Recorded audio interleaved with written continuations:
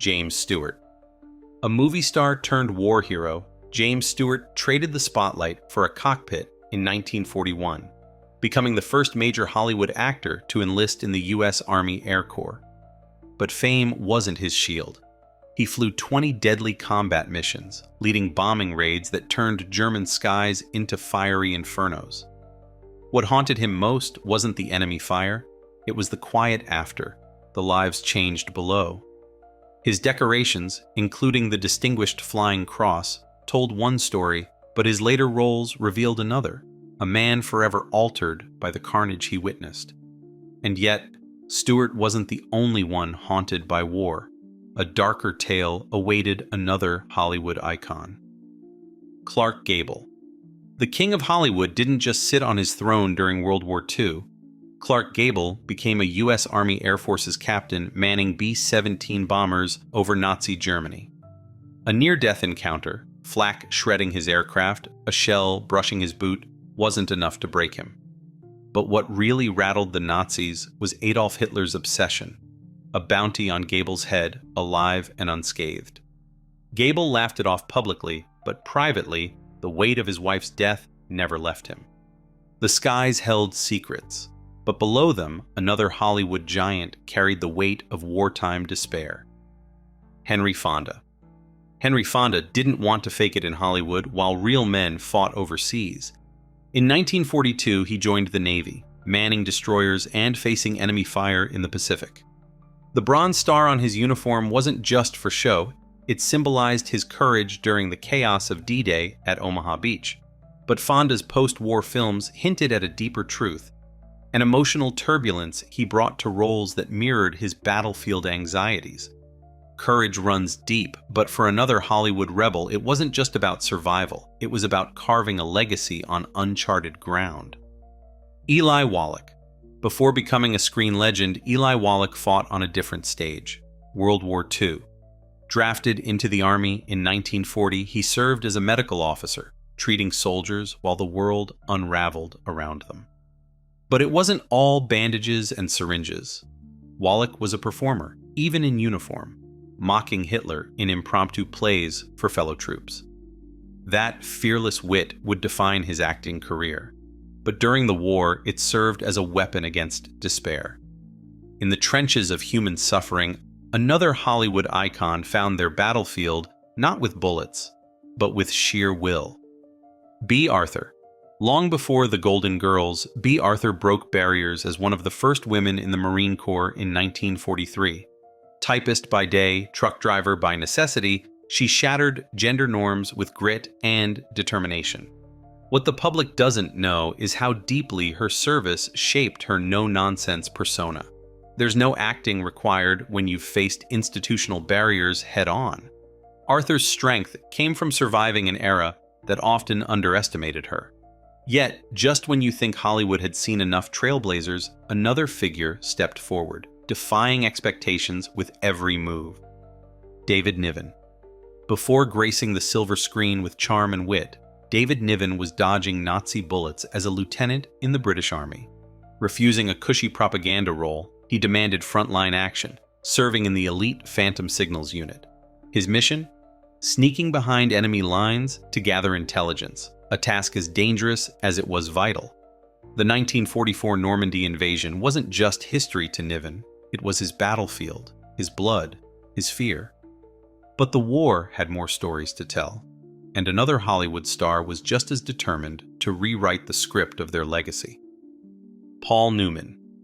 Paul Newman dreamed of flying fighter jets, but the Navy had other plans for him when color blindness clipped his wings. Instead, he manned torpedo bombers as a radio man in the Pacific Theater, watching the Battle of Okinawa from the deck of his carrier. His close encounter with death, when his original crew was lost in a fiery crash, shaped the haunted gaze he'd later bring to his iconic roles.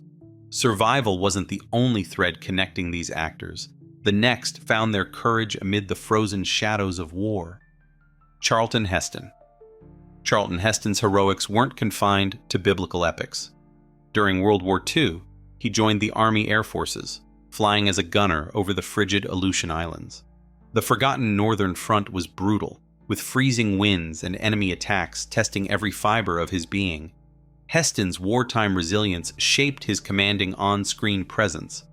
But his story pales compared to the combat wounds another Hollywood star would carry, wounds that cut deeper than flesh.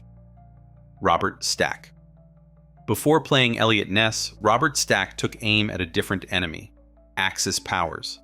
A competitive marksman turned naval gunnery instructor, Stack spent the war training sailors to fire with precision. His role was crucial, but his battlefield was a classroom, not a trench. Still, the tension in his piercing eyes hinted at a man who knew the stakes of every lesson he taught. For the next Hollywood hero, however, the battlefield was as real as the blood it cost. Mickey Rooney. Mickey Rooney traded Hollywood stardom for wartime grit in 1944, joining the army to entertain troops in Europe. But this wasn't mere performance. Rooney braved active combat zones, risking his life to bring laughter to soldiers starved for joy. When he wasn't dodging bullets, he was lifting spirits, a task he considered more vital than fame. Still, war leaves its mark, and for the next figure, the scars of service weren't just emotional, they were historical milestones. Tony Curtis. Before he was dazzling audiences in Some Like It Hot, Tony Curtis was staring down the vast Pacific Ocean as a teenage sailor. Enlisting in the Navy at just 17, he served aboard the USS Proteus, a submarine tender. Curtis witnessed history in Tokyo Bay, where he saw the Japanese surrender in 1945. That moment defined him, forging a quiet determination beneath his Hollywood glamour. But Curtis wasn't the only actor who carried the weight of world-altering events. The next star faced their battles not only in the field, but also in their mind. Mel Brooks. Comedy may have been his legacy, but during World War II, Mel Brooks was more focused on minds than punchlines. Drafted at 17, Brooks joined the U.S. Army Corps of Engineers tasked with defusing German landmines under enemy fire. His battlefield was the treacherous terrain of the European theater, where humor became his shield against the horrors of war. That same humor would later define his career, but the weight of his service never left him. The next figure, however, wielded not humor, but raw power on and off the screen. Lee Marvin. Lee Marvin's on-screen toughness was no act. As a Marine in the Pacific, Marvin survived the brutal Battle of Saipan, where machine gun fire tore through his body and nearly ended his life. The Purple Heart pinned to his chest was more than a medal. It was a testament to his resilience. That pain informed his gritty performances, each role a tribute to the men who didn't come home. But Marvin wasn't alone in his transformative wartime journey. Another star's service took them deep into foreign territory, far from the Hollywood lights. Kirk Douglas. Kirk Douglas wasn't Spartacus yet, but his courage was undeniable. Enlisting in the Navy in 1941, he served on an anti-submarine vessel in the Atlantic. A freak depth charge accident left him injured and honorably discharged in 1944, but it was the weight of responsibility, not physical pain, that stayed with him. Douglas brought that intensity to his iconic roles, each one echoing the battles he fought and lost in real life. For the next Hollywood hero, however, the fight wasn't just physical, it was an unrelenting battle for survival. Ernest Borgnine. Before he was an Oscar-winning actor, Ernest Borgnine was a Navy man through and through. Serving for 10 years, including all of World War II, Borgnine manned the USS Lamberton with steadfast dedication. His role wasn't glamorous, but it was essential, keeping ships and morale afloat in the grueling Pacific theater. When asked about his service, Borgnine simply called it duty, a word that carried him through war and fame alike. For the next figure, duty was just the beginning of their extraordinary wartime story. Charles Bronson. Long before Charles Bronson became Hollywood's ultimate tough guy, he was facing real-life danger as an aerial gunner in World War II. Flying 25 combat missions over the Pacific, he manned the turrets of B-29 bombers, enduring searing heat, freezing cold, and relentless enemy fire. A Purple Heart marked his wounds, but the psychological scars ran deeper, shaping the unflinching stoicism he brought to the screen. Yet, where Bronson found resilience in the skies, the next star battled the demons of war closer to the ground. Rock Hudson. Rock Hudson may have been the face of romance in Hollywood, but in the U.S. Navy, he was an aircraft mechanic stationed in the Pacific Theater. Repairing warplanes during the Battle of Okinawa, Hudson ensured the survival of pilots who relied on his precision. Though far from the front lines, he bore witness to the chaos of war, a backdrop that subtly infused his later performances. While Hudson worked behind the scenes, the next figure risked everything at the forefront of war's brutality. Glenn Ford. Glenn Ford's steely screen presence had roots in his military service. Enlisting in the U.S. Marine Corps Reserve in 1942, Ford served as a public relations officer, but later took on active duties during the Vietnam War, a rare instance of dual-era service. He never sought recognition, yet his contributions extended far beyond Hollywood. For Ford, the battlefield wasn't just physical, it was a test of character. And for the next hero, war would become the crucible of their legacy. Audie Murphy. Audie Murphy wasn't just a war hero, he was a legend. Enlisting in 1942 at just 17, he became one of the most decorated American soldiers of World War II. From leading deadly assaults in France to holding off an entire company of Germans single-handedly, his actions were the stuff of myth. Yet, Murphy paid a steep price, struggling with PTSD long after the war. His raw performances reflected his trauma, each role a window into his haunted soul. But where Murphy faced war's devastation, the next star fought their battles in unexpected places. Jackie Coogan. Known as Uncle Fester to millions, Jackie Coogan had a lesser-known chapter, glider pilot in the U.S. Army Air Forces.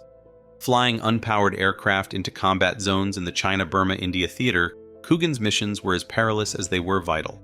His post-war career in Hollywood seemed like a second act, but the courage and precision he displayed during the war were never forgotten.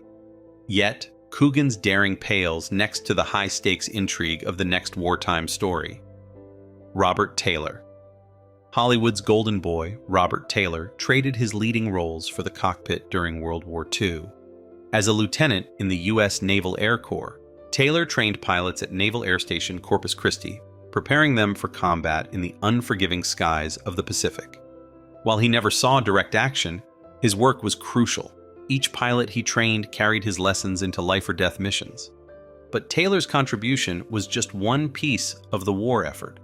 The next Hollywood heartthrob took his service to daring heights. Tyrone Power. Tyrone Power's good looks hid the heart of a warrior. Enlisting in the U.S. Marine Corps in 1942, he piloted cargo planes and transported wounded soldiers out of the hellscapes of Iwo Jima and Okinawa. Power's flights through enemy fire were harrowing, but his dedication never wavered. He returned from the war quieter, more introspective, a transformation reflected in his later roles. Where Power braved the skies, the next figure found their courage on hostile beaches. Eddie Albert. Eddie Albert's charm on Green Acres belied his harrowing wartime experiences. As a Navy lieutenant, he risked his life during the Battle of Tarawa, rescuing 47 stranded Marines under relentless enemy fire. Before the war, Albert had spied on Nazi activities in Mexico.